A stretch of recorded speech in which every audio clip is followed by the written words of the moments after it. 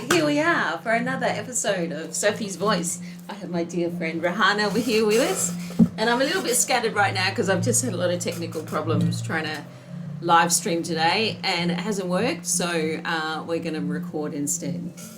So it's going to mess with my mind. I can feel it already, but it'll be fine. this is going to rejig. And I wanted to try out this. Somehow I have this as part of our intro. Have you done it before? I've heard it, but it's really nice. I'm not doing it properly. It's gentle and Isn't it lovely? yeah, this.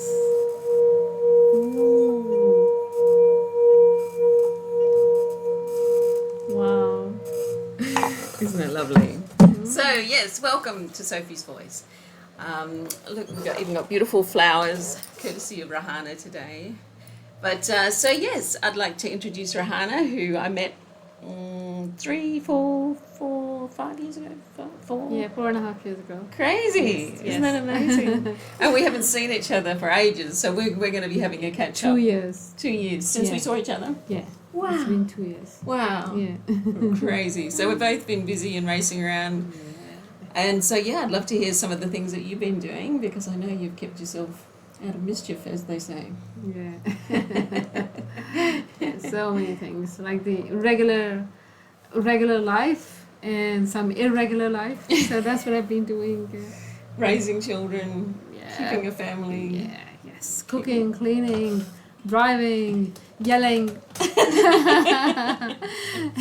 And trying to calm down. Easy. Some art, some teaching.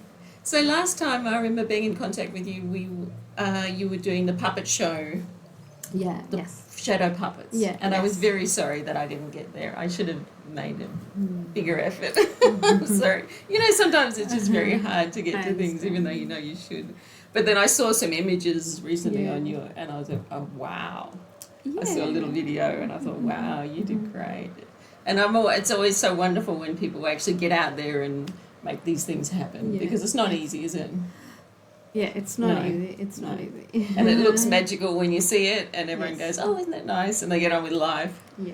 But in the meantime, you've just, And behind the scenes, there are so many crazy days and sleepless nights and a lot of like, oh my God. Why am I doing this? Yeah, why am I doing this? Yes. It's like having a baby, isn't it? Yeah. During it, you think, why am I doing this? And then afterwards, you go, ooh, how could I do that?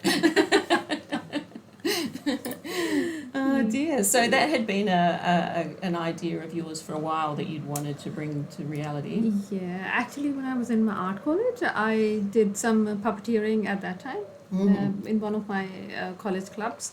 So that was a wonderful thing that we did, and I absolutely loved the experience. And when we did the performances at the International Puppet Festival, we had a huge response from people. So I always wanted to do it again with the same theme or with something else, and I eventually did that at the last Fringe Festival. Yes, right.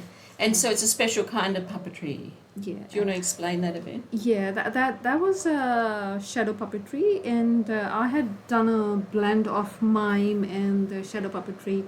We had cut out... So you have a big screen. Yeah, we had like a 3 by 5 meters big screen, white fabric, and behind that we had all the sets, the cutouts, the puppets, and humans. So it was a combination of mime and the shadow puppetry. And so we had the one backlight. It was literally a torch. So it's a good, heavy, powerful torch. Yeah, right. And from there, I was shining the light, and the characters were moving, and puppets were playing. Wonderful. And we had pre-recorded the whole story, because I was working with the high school students, and I was training them as well. Yeah. They didn't have any. They were in the acting academy, but they didn't have this kind of experience how to do it, because they were obviously used to of being right in front of the audience. Different type of acting, Yeah, in front of the audience on the stage. But this time they were acting behind the screen, and it was their shadow which was speaking. So I had to teach them that you can't be flat to the screen. You have to have a profile most of the time. So your gestures and things can be understood and conveyed to the audience. This is how you would be like doing things most of the time. So it was a learning for them as well.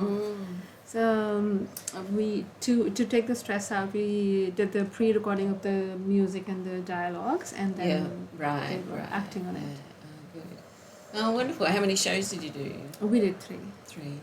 And so, where did you study? I studied. I'm from Pakistan, so I studied at the National College of Arts. It was an institution that was started In by Pakistan. in Pakistan. Because I knew you'd done more in Indonesia or something, is it? Yeah. Indonesian Batic is something else. Okay, so this is all right. So I wasn't sure. So your economic- basic first education is in Pakistan. in Pakistan, yes. And so so you grew up. You're born and raised in Pakistan. Yes. Yeah. Pakistan. Yeah. Yeah. Pakistani. Yeah, Pakistani, Pyara Pakistan. Good. And so there's in Pakistan there seems to be sort of some people that look more like Indian and some people that look more like they've got that sort of Asian-y kind of. Is that right? Or is Yes, it? yeah, because we have, and India is actually much bigger than us, so they also have a whole range of different races. They also have some areas like Himachal Pradesh and all that part where people are more Chinese looking, and then they've got very Indian features. Same is the case. We've got a few different races in Pakistan. From ancient civilizations, the people migrating here. So we've got very European-looking people in the northern areas, and very light-colored and blue eyes and light hair, yes, and very tall. And at the same time, we would have some people who are Chinese-looking. They are the Mongol Yes, that's right. descendants, Yeah, and okay. then we are like the Asian or Indian Pakistani. Yeah. people. So Yeah. Oh no, we're not going live, are we? I'm confusing myself. I was going to check to make sure we were live, but we're not live. But we'll pretend we're live when you're watching us. Yes. All right. So, what was I going to ask? Oh, I guess we could talk about when we met. That was interesting. Yeah. Yes. It was a nice little mix of things that brought our worlds together, which we probably wouldn't never have met otherwise. Finding friends is always wonderful. It's a beautiful thing that can happen in life, especially when you move to a new country. Yes. So many things are different, Yeah. hey? Yeah. Yeah. Like all your connections. Everything gone. is different. Yeah. Everything you don't know, and you have no social life, no social context.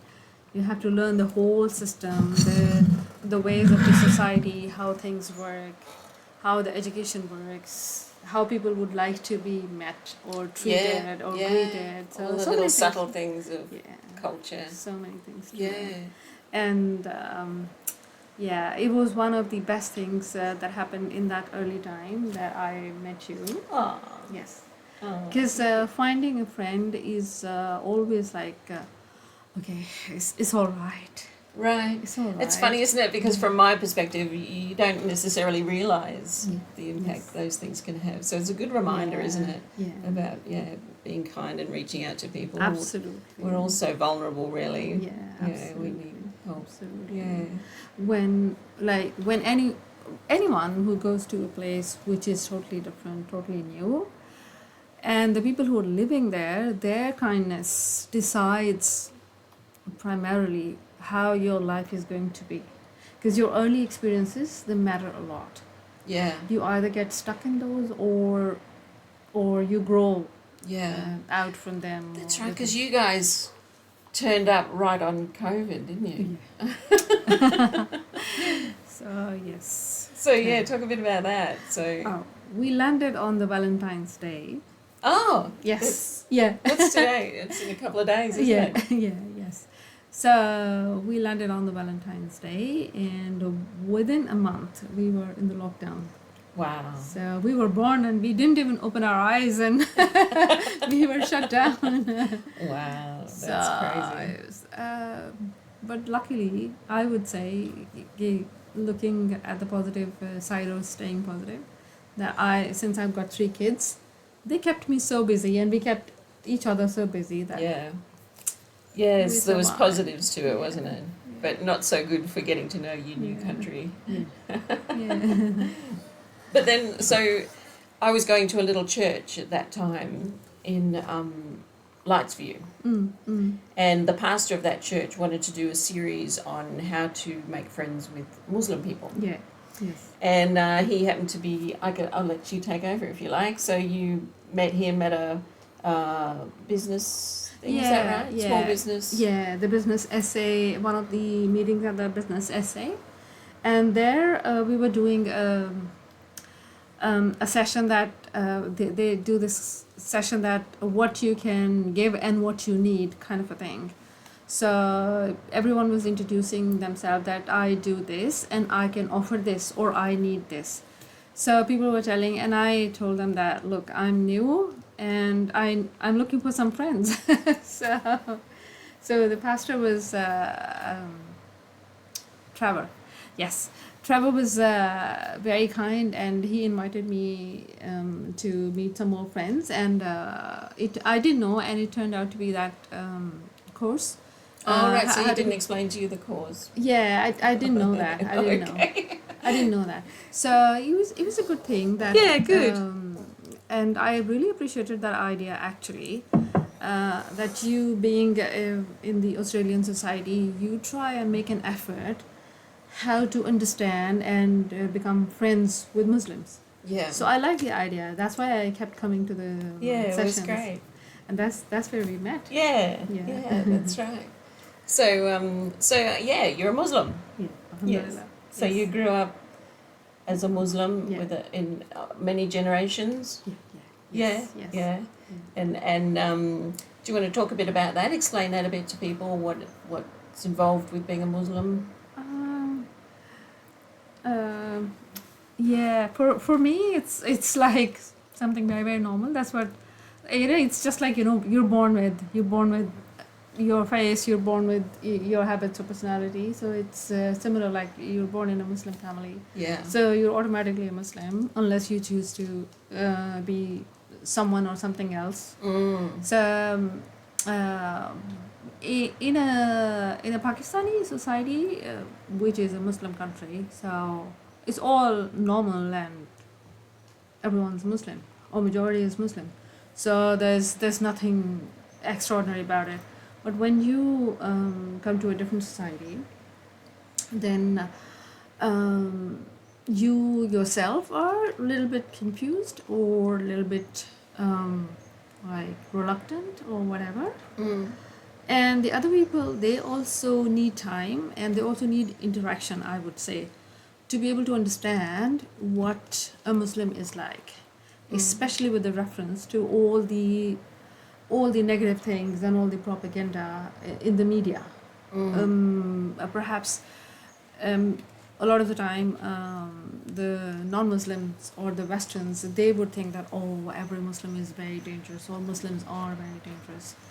So in my point of view, it is very important to open up for all the parties to open up, say hello, get going with life, and you discover that okay, the person on the other side is a human, and the other person also realizes, oh, that's fun. Yes.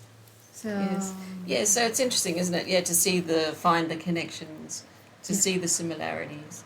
And even you start to realize as you go along that all people that are oriented towards good and healthy society and healthy people, that they all sort of are in agreement on some level about so you might name things different things and have different ways of accessing them, but there is some essential things about wanting to have a good society, wanting people to be well, and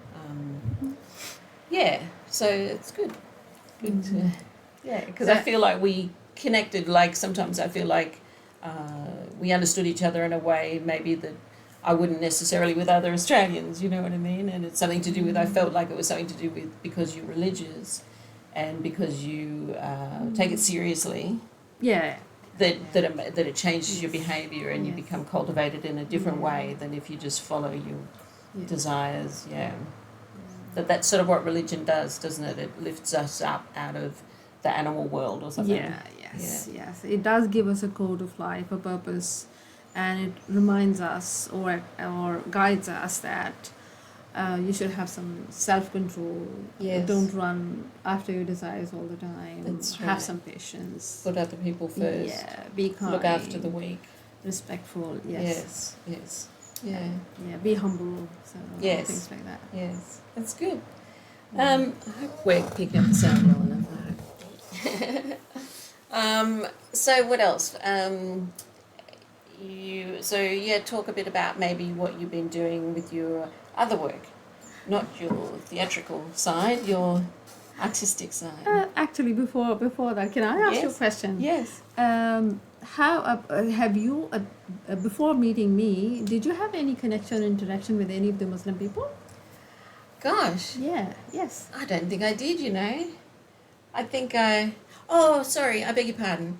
I had, because I was running the cafe. That was before I knew you. I ran a cafe in Kilburn. And so some of my volunteers, so I was interacting on a shallow level, but then I had one particular volunteer who I loved. I'd love to see her again, Fatima. She was just beautiful. I think she was from Pakistan too, and so she had more the Asian kind of look. But there was a big language barrier. She didn't have a lot of English, so it wasn't like a real relationship where you could sit and talk. But certainly, I had. What is that? Your music? I think it might be my laptop's getting hot. Hope that's. I just sort of heard it. Yeah, Just something. have to presume we're still recording. It's one of those days. I don't want to miss this recording. Anyway, sorry. Yes. So no, I hadn't. So I hadn't had firsthand. I'd never been. I'd sort of grown up with people that were not very prejudiced. So it was natural to me to be open to other cultures. And in fact, I've always been very attracted to other cultures and other things that are different to what I grew up with. So I was never really something I had to try and get out of, feeling afraid of other people. But yes, you're right, I hadn't actually had a friendship with a Muslim person before, so it's good. Okay. Yeah, because I always thought that I feel very comfortable with Sophie, and I don't know how she feels about me. I feel very comfortable with you. That's nice.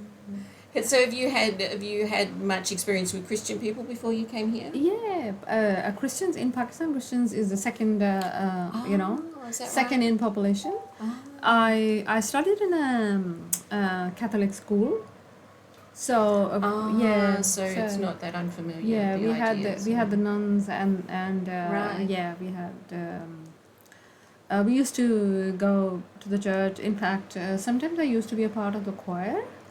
So we used to sing the songs for Christmas and stuff in Urdu, obviously. Of course, right? Yes. Yeah. So how many languages do you speak?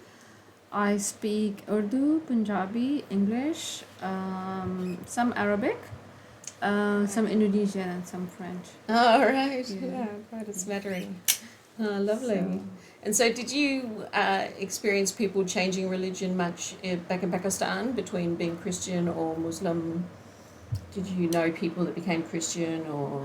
Yes. Sometimes people do convert to Christianity as well, and likewise, many people convert to Islam. So Yeah, it right. happens. Yeah. happens. But obviously, it's not very appreciated because their own community wouldn't. Yeah, it caused disruption, Yeah. hey? Yeah, they wouldn't really like it. Yeah. Yeah. If anyone converts to Islam, obviously their family and their friend and their Yeah, circle would be feel like, "What the upset. hell are you doing?" Yeah, and yeah. the same is for Muslims. Yes, yes. Yeah. Yeah, good. And I feel like there's stuff there we should go into. I don't know what, but never. Maybe we'll go on to your work if yes. you like. Tell us what you've been doing. Apart from the all the family responsibilities, I have been setting up my workshops, and it has improved a lot now.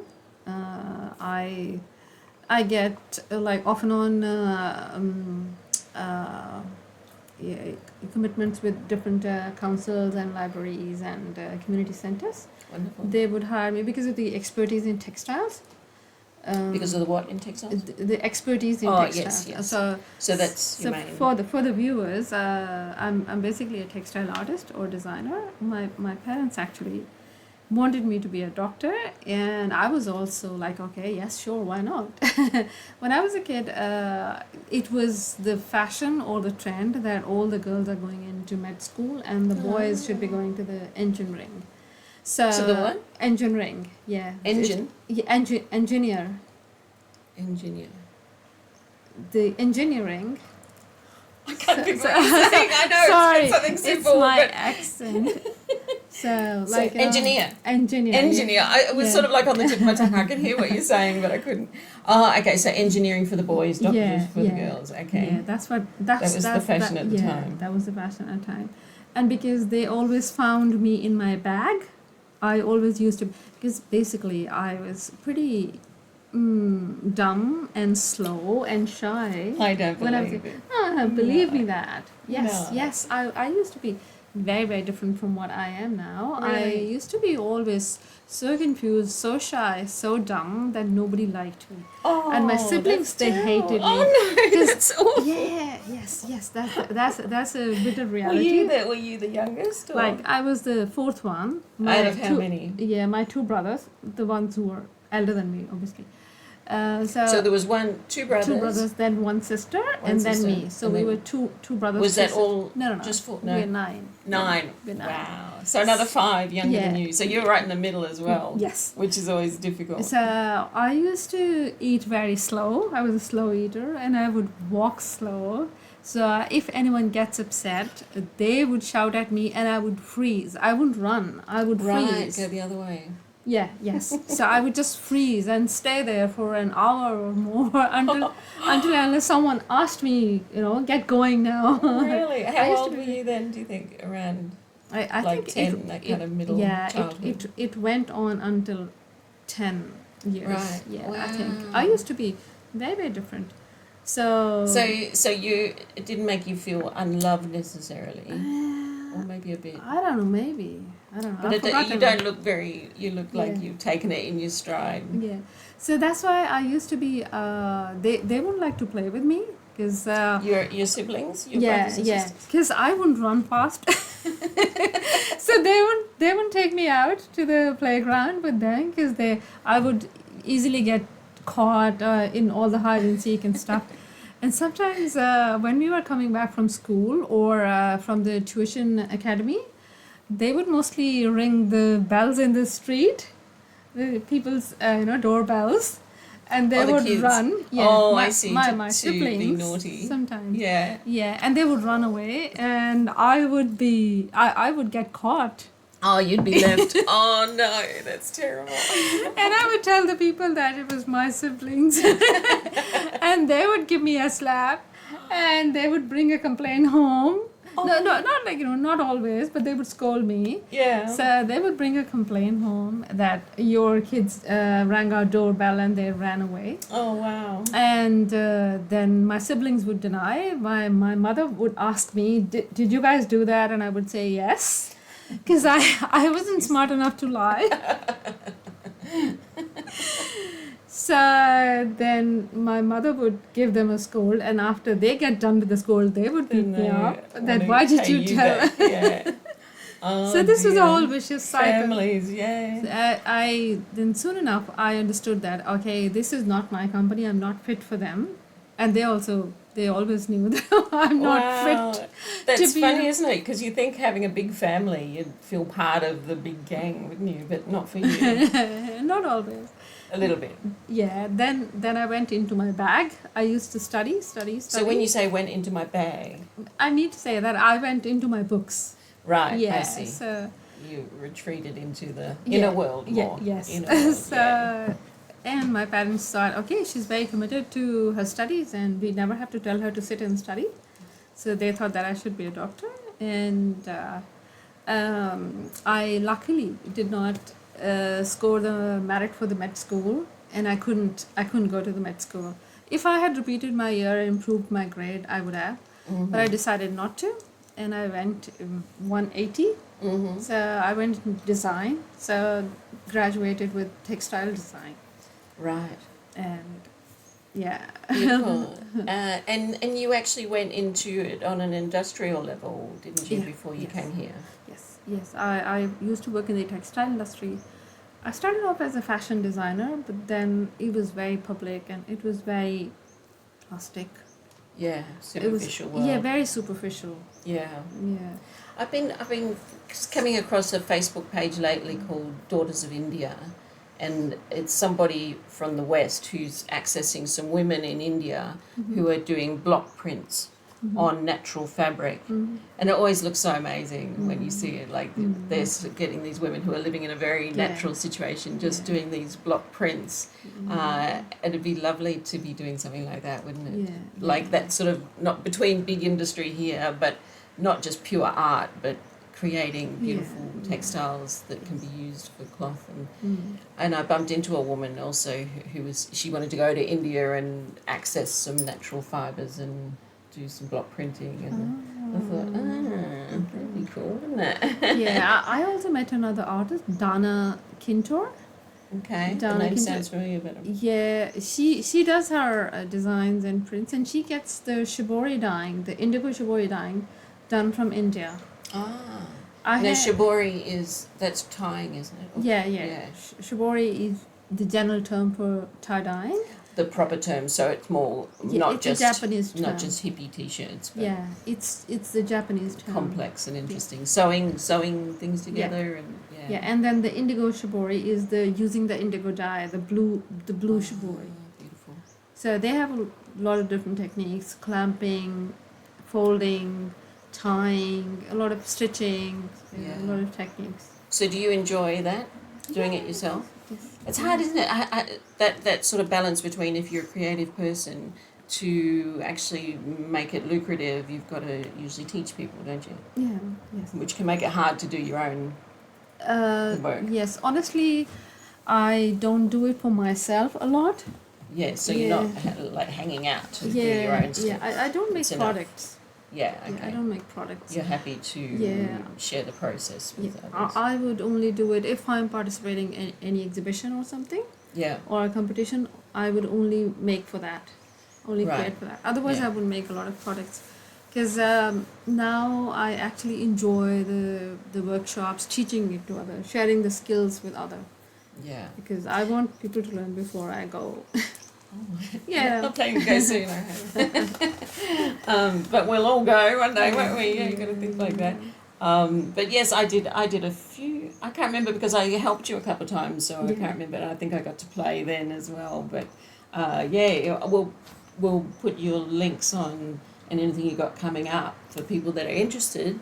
They're very cool workshops, and you get to create beautiful designs, and she leads through very clearly and wonderful process. And I've got friends who we all at Trevor's place, actually we did a workshop, didn't we? I forgot about that until I was telling the girls in my Bible study that Rehanna was coming on the, I was going, do you guys know Rehanna? They go, oh yeah, we went and did the workshop.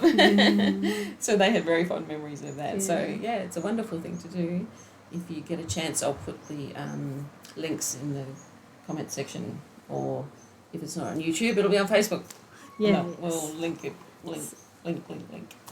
Make it happen. So yeah, get down and do some work with Rehanna. You've got a beautiful scarf there. Yeah. Yes. I have my workshops at the Adelaide Fringe Festival, and I have them otherwise as well every month. One workshop every month.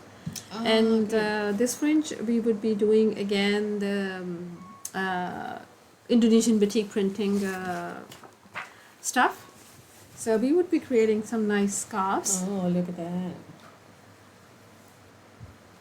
So this feels like silk, is it? This is silk. Because I bumped into I have another friend who does silk painting, and when I had a a community art space up in the hills, and we used to paint directly onto the silk. So it'd be interesting to sort of combine some of the different techniques, wouldn't it? Yeah. Because I'm doing dance now. Did I tell you that? Yeah, I'm teaching dance. Yeah. Ooh, look at that. Ooh. And I want to do veils.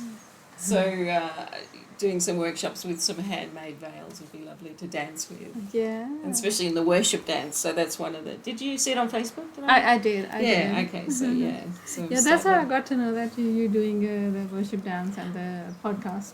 Ah, right, yes. Good old Facebook keeps us all connected. So for this Fringe Festival, my workshop, Let's Batik. The name is Let's Batik. L-A. Yeah, Let's Batik. Let's. So we can share that in the thing as well. Yeah. And we would be making Let's Batik. these scarves. Yeah. And it's happening at the Nailsworth Community Hall in Collinswood. So 4 workshops, and there's also a school session, which is for schools only. But otherwise, I've got 4 sessions. The first one is happening this weekend. The preview session. We're Fringe time, aren't we? Yeah. Oh my goodness, it's stuck up on me. Okay. Yeah. Oh, great. So it's part of the Fringe. Yeah. Okay, good. And by the way, last year I got the Weekly Workshop Award for my workshop. Oh, Yeah. wow. So that's from the Fringe? Yeah. Yeah. Oh, wonderful. I didn't know. I wasn't aware that there were some people assessing. Right. And then I got the email that you've been. Lovely. So you got the award for the weekly workshop. Yeah. Let's see. Beautiful. And you were just telling me before we started recording that you're up for another award. Is that right? Yeah. Yes. All your hard work is paying off. Yeah. Yes. I'm Because very she happy. really had to stick at it. I think Yeah. early on it was very hard. I'm very happy. This is the Governor's Multicultural Award. Yeah. For the art and culture. Governor's Multicultural Award for Art and Culture. Yeah. Perfect. That just sounds what you should win. From the Pakistani community. I've actually honestly been really working hard.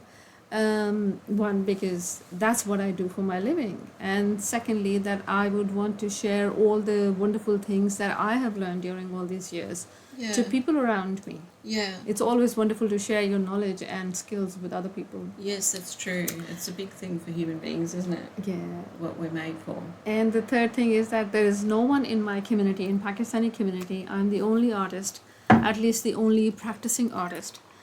So, Artist or fabric artist? Fabric artist. I paint. I do these things, and So there's not other artists? No, unfortunately, no. That's why I've got a lot of responsibility on my shoulders. Yes. For you, so you're quite involved with the Pakistan community now. Yeah. That's nice. Yes. That's good. And you, I'm just coming back a memory about you and a radio station. Is that something that's still going on? Where you had something to do with a radio station? I did a couple of episodes. Oh, is that all? Yeah. But then the lady moved to another country, so I stopped doing that. Okay. And that was something to do with the Pakistan community as well, was it? Yeah. Okay. So they're busy, got all lots of different things going on. Yeah. In a way, it might be different. Like if you had an Australian group of Australians in another country, you might stay a bit more connected. But Yes. when there's Australians everywhere, it's just like, man. And that happens quite a bit, I think, when people's culture moves out of its origin. Quite often they can preserve it quite well too. Yes, somehow, consciously or unconsciously. I think unconsciously they become very conscious about transferring or sharing it to the next generation, especially. Yeah, because you can see it'll get lost. Yeah, and also it somehow satisfies you, or I don't know the English word for it. Like makes you feel better. That if you are able to connect with anyone who speaks the same language or has the same culture, it's like, okay, it's okay. I'm not the only one. Yeah, that real sense of connection. Yeah. It's interesting, isn't it? It's like what I would call the soul. Yeah. Is where culture lives. And if you haven't got anyone that really connects on that level, it can be very lonely. Yeah. It reminds me of the German community. Have you been up to Harndorf? Yeah, I've been there. Yeah, apparently there's German communities there Yeah. that have preserved their German I culture know. better than in Germany. Yeah, yeah. It looks and feels like a little Germany over there. Yeah, it's Their lovely. style and people and their art and their shops and everything. Yeah, it's lovely. So you're enjoying South Australia. What made you land in South Australia? Honestly, I didn't know anything. The only thing I was conscious or mindful was, we had a choice between Canada, UK, or Australia, and I didn't want to go to any cold place. And I was like, Australia is better because we Well, have. you must be happy today. Yeah. It's not cold. Yeah. So I'm actually a summers person. What's the weather like in Pakistan where you were? Like this. Like this. Yeah. So because So hot. You mean like this is in winter and summer, or hot like we are now? in Pakistan it's winters now. Obviously, it's the opposite. Yeah. And winter goes to in some places in Pakistan it goes to -20. Oh, okay. So you do Minus get 20. extremes. And in summers, it goes to 48, 50. Okay. So 50 you're Celsius. used to wow. And It's like you have to go up north in Australia to get that. I think. yeah, a couple of times or quite a few every now and then. There are two cities. One of them, Jacobabad. There's one city, Jacobabad. It rates amongst the hottest places on the earth. So it goes to 54. A couple of times it's been to Wow. 54, 52. So the hottest place. We have a huge range of temperatures. Yeah. Right. Yeah. So that's why I liked Australia. That they have summers and winters and Yeah. autumn and Yeah. spring and autumn. So all 4 seasons. Yeah. That's why I decided. And South Australia was basically my state nomination kind of thing. So honestly, I didn't have much idea, much knowledge, although I was the prime applicant. So you had to make a choice, but you didn't know how to make the choice. Yeah. So So you just like. yeah, and we See came what and happens. we're very happy actually. Yeah. Good. It is Adelaide is pretty much like Islamabad from where I come from. Right. The terrain, it's hilly, it's green, the weather and everything is very much like Islamabad. So by chance we came here and we're happy. Yeah. Cool. Yeah. And have you been to other states since you've been here? We just went to Sydney.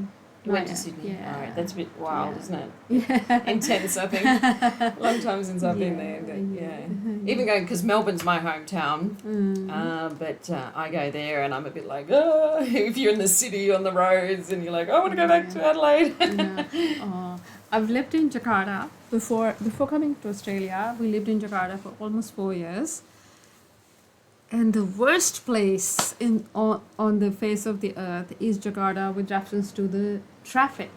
Oh, right. Traffic. So many cars, Yeah. small roads, cars everywhere. Yes. So busy. Like once we were coming from a convention center, which was like 3 kilometers from my place, and it took us 2.5 hours to get home. Wow. You'd be better off walking, wouldn't Yes. you? I had 3 kids with me. The youngest one was 2.5, and I was wearing heels. Oh, So I had no choice but to sit in the car. Oh, how awful. Because otherwise I would have walked. If I was alone, I would have walked. Yeah. And it was such a torture. Yeah. So, It's nothing worse, is there? and small roads, so many flyovers, underpasses, everything Right. high tech. Right. But That was what city did you say? Jakarta. Jakarta. Oh, yeah, Yeah. that's the name I know. Yeah. So as compared to Jakarta. So Jakarta's Pakistan. No. Oh, Indonesia. so I was going to say, I was thinking, that doesn't sound right. So Indonesia. Okay, so yes, you went to live in Indonesia. Do you want to talk about that a bit? So after Jakarta, every place on the earth is okay in terms of That traffic. took you to some Yeah. extreme that you Yeah. like, as long as it's Oh my not that God. bad, I'm okay. But otherwise, it's a beautiful place. Great facilities, great infrastructure, everything. Wonderful weather, so many wonderful fruits and everything. And people are very nice. Yeah. very friendly, Good. very humble. Oh, that's good. Oh, that's So- nice. So many good things. The only bad thing is the traffic. Yeah, right. Not as bad as Jakarta. I'm talking about Jakarta. Oh, I Yeah. thought you were talking But- about Adelaide. Adelaide, Hang on, I have is to great. rewind. Hang on. Adelaide I thought is- you were all the nice, humble people. I was Sorry, thinking, sorry. oh, yeah, Adelaide we're is great. pretty good, aren't we? Wonderful. Adelaide is great. Yeah. Okay, so Jakarta's a good city. Yeah, Just bad traffic. Very happy. And Adelaide's, you're Yeah, happy. we were very happy. Before coming here, we were thinking. I mean, when after the visa grant, in between that time, we were thinking maybe we go there and then we go to Sydney or move to Melbourne. But when we came here after a few months, we were like, no, we're home. Yeah, oh, good. Yeah. So you want to stay here Yeah, we for would be. the rest of your life? Yeah. Oh, yeah. beautiful. It's wonderful. As far as you know, yeah. Yeah, because I didn't know I'd love it over here, but I do. I think I'd find it very strange to go back to Melbourne now.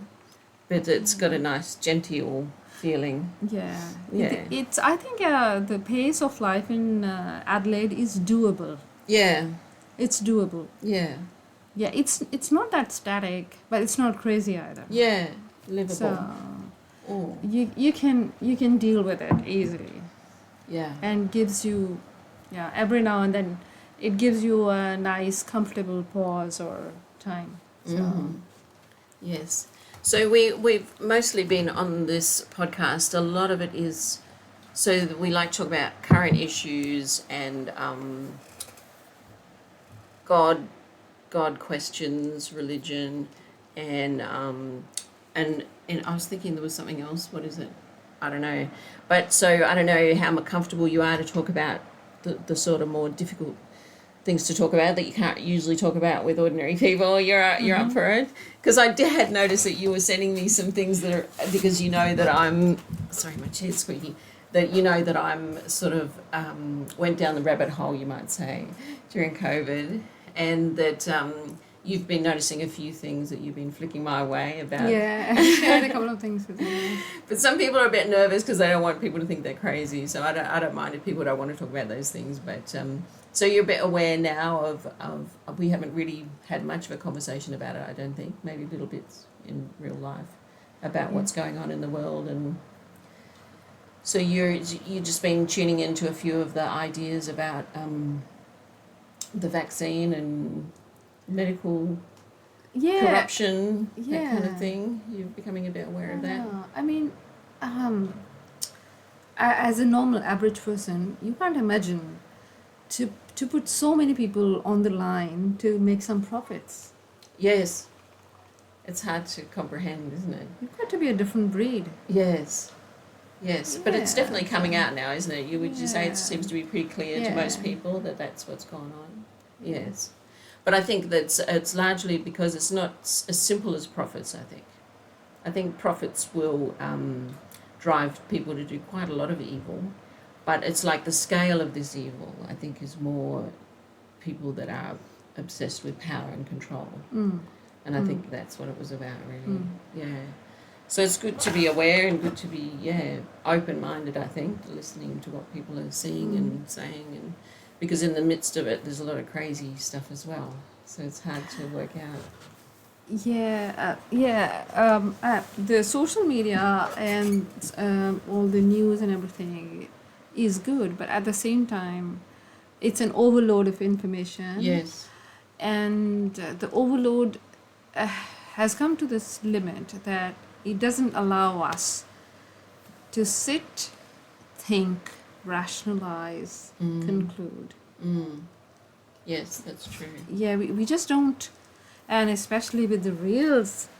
Yes. Oh my God. They're so addictive, They're aren't they? killing us. They're killing us. It's a funny mixture because you sort of feel like it's crazy and like it's so weird when you start and you can't stop. Yeah. But at the same time, it's very enjoyable watching ordinary people do silly things. As that side of it, you know. Yeah, I by the way, I don't appreciate that stuff. Oh, That don't you? just for the sake of views and money. Yeah. You throw something in front of the public, something which is useless, and it's a waste of time. I would call it's a sin.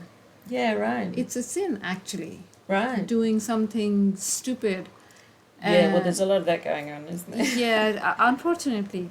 But some people do some funny things. Having a good laugh is not useless. Yeah, that's okay. That's okay. Okay. But I've seen, it's embarrassing to admit that I've seen. That means that I'm also wasting time. Oh yeah, and it's like happening before you know what's happening, and then it's like, oh, okay, keep going. But then it's like it is very like that sort of gambling impulse, isn't it? You can't stop because you want to get that hit of something that really speaks to you, and so yeah. So I guess it's like any powerful technology, we've got to go through this stage of assimilating it and learning how to control it so it doesn't control us.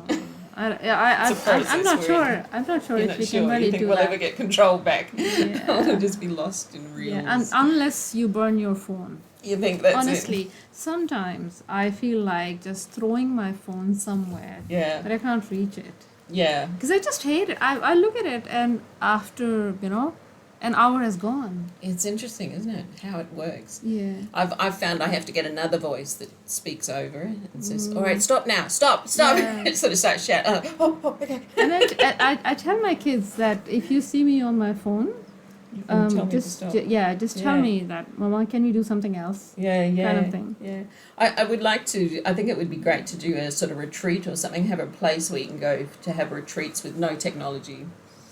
And just so people can have a time to get space back in their head and out of the control of it all, yeah. And even outside of electricity, because you don't even know what electricity is doing to us all the time. We've got all this stuff around us all the time. It'd be nice to have retreat time where you just go away, cut off from everything. We've got the pumpkin pot up there. I wonder if we want to let's see how long we've been going.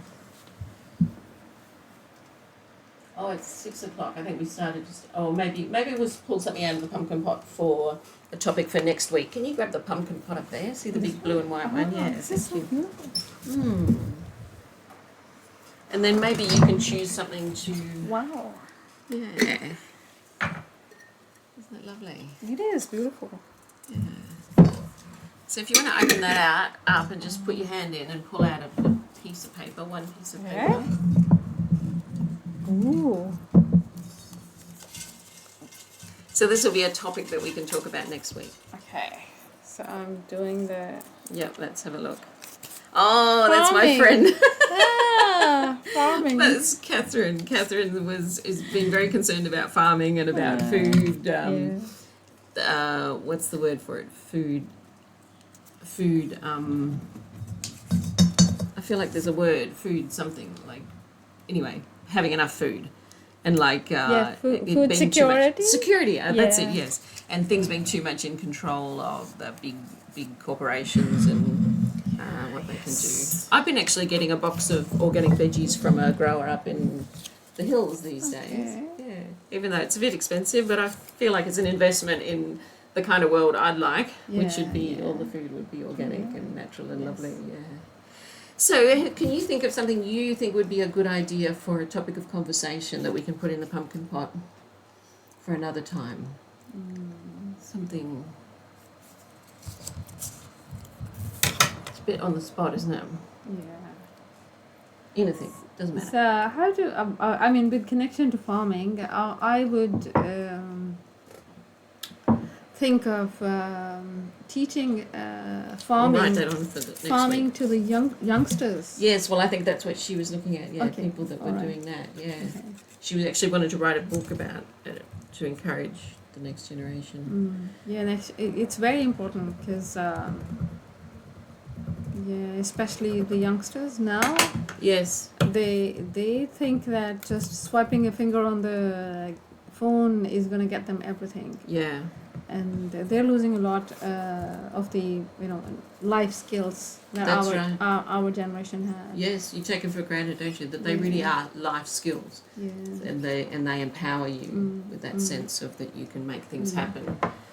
And that's the way we grow spiritually and in our soul and everything, rather than just being passive and just on the surface and then we just, like you say, go through all these reels, everything's superficial. So getting back to the earth. And yes. So coming back to the point, when people invent systems or things or technology, do they really care what's going to happen with that? Yeah. Yes, well, that's something I've become aware of since I went down the rabbit hole with COVID, is realizing that technology doesn't come out of nowhere. Yeah. And we've been sort of passive in our modern sort of world, thinking that people up there are sort of looking after us. And Yeah, I think that's but a now wrong we've got to approach. go, oh, maybe not. Maybe we really got to Yeah. engage and think Yeah. about it and realize that if people are making technology, they're making it for a reason. Yeah. So if people are wanting control, then they're making technology that's going to facilitate control. Yeah, yes. It's not just like, oh, look, there's some technology that we can use for control. Isn't that interesting? Well, let's control everyone. Yeah. So it's about intention. What do you want? Yeah. So we've got to really take that back and go, what do we want? What sort of world do we want to live in? You're right. We do behave passive most of the time, but we shouldn't be. We should be more awake. I guess it's just been so powerful, this technological world, that we've got sort of sleepy and passive and just like, oh, let it happen, because we don't have to fight so much to get food or so and just like they some people say on the social media, and I've also thought of it, that what if the supply is cut off, then where do you get the food from? And that's why I thought I'd invest in this, getting organic food from someone who's growing it, who's a real human being I know, who's up in the hills. So, and it's not genetically modified. So you should also make some effort by yourself, grow something, try something. Yes, definitely, yes. By the way, I'm doing a lot of gardening, so growing my own tomatoes, cucumbers, and I also have some chickens. So I have some eggs. Oh, I should have brought you eggs. Oh, lovely. Oh, I'd love to have chickens again. It's been a long time since I had chickens. That's lovely. So your new place is good for... Yeah, it's got a separate place in the backyard where I can keep the chickens. Oh, wonderful. So I've stopped buying eggs. I bet. Yeah, the other day someone was saying that, oh my God, the eggs are so expensive. And I was like, oh, really? I just go in my backyard. Drop out of my chickens. Yeah. How many chickens you got? 7. 7. Yeah. Oh, beautiful. So we get 5-6 eggs every day. Wow. And the real free range. Yeah. Yeah. Beautiful. Oh, that's real awesome. Free range. Yeah, that's what we want, isn't it? It makes life so enjoyable, doesn't it? When you think about the way God's designed everything, life should be so delightful. But we have put so many things in the way of that, trying to get to something better over there. So I'll add in that you'll want to talk about the youngsters with the farming, but should we talk about something else on some other occasion? Can you think of anything that you think would be a good topic of conversation? Anything about God, or any questions you have about God, or any of the big questions of life about what, I don't know. Nothing? Maybe what's better between the plastic money or the cash? Or the real? About going cashless. Yeah. Cashless society? Yeah, cashless society. Good one. Yeah, it is convenient. Yeah. But at the same time, It's a worry. Yeah, it's a worry. I know, because I've been with the freedom movement for a long, I used to go to all the rallies and everyone, and they're very passionate about, keep cash going. It's so important to keep cash going. And you hear all the stories, like if you listen to people talking about it, it is pretty scary. Yeah. The idea of how much control they can get if they've got all control of all your money, and they can just cut you off at any minute if you say the wrong thing. But as you say, it's convenient. You go to the shop and you just... I know. So, I don't like to worry too much. I figure God's in control ultimately. But above all those authorities, there's a higher authority above them all. So. That's right, of course, ultimately. But of course, being human beings and being alive, we shouldn't ignore our responsibility. True. We've got to work out what if it is. So it's good, we got it in there. We'll have to talk about it. Work that one out.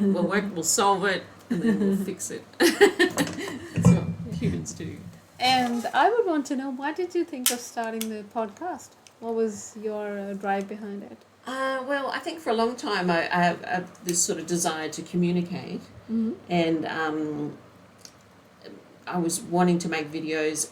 There's so many sort of areas of interest, like I said, between theology and religion, and especially the stuff about the New World Order and what's happening in the world, and the podcast, the idea of the podcast. And I also have a good friend that we talk a lot about theology, and we have the most amazing, interesting conversations. And I thought it'd be great to be recording some of the conversations you have with people and just let other people sit in on them. And a podcast is great because you're not, like, if you haven't got a lot of time, you don't have to go back and edit and fiddle, and you can just put it out there, and it's out there, So that was kind of the impetus, I can't remember what I was going to say about that. But anyway, so, just communication, I guess, connection. It feels so important to be connected, to be able to have real conversations, and connect to other people, to be part of that, because I felt like, I guess, particularly with what I learned about the New World Order as I went down the rabbit hole, and what they were doing during COVID, you could see that separating people was very important, because people need other people. Like we actually need other people to bounce off, to get a sense of ourselves and who we are. And if we don't have that, if we don't have connection, we lose our sense of identity, and then we're more easily led. We're more easily controlled. But the more connected we are, and the more we understand that we're okay, we're a real human being, and that we have a position, and we're not just worthless, and can't think of words. So the New World Order theories or the conspiracies or things, I used to sometimes read about it, like it would come from somewhere in the news, in some way,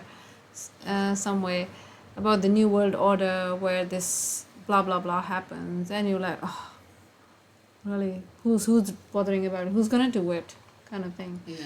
But unfortunately, and most of us rejected the idea, but unfortunately, in the present time, bits and pieces happen here and there, which remind us of the New World Order stuff, and then we wonder that, is it really real? Is it true? I think definitely. I think there's enough evidence, if you go looking for it, to see that it's definitely true. And I think it's whatever people talk about with the deep state or whatever, and a lot of these 3-letter organizations like the CIA and all the secret kind of organizations that every country has, the intelligence organizations, all seem to be very corrupt, and they're all in cahoots, I think, because they're outside of nation states. They're not under laws or anything, those organizations. So I think a lot of it happens at that level. People just get very power hungry, and I think there has been a conspiracy for a long time to have a one world government, and that's what they're aiming at.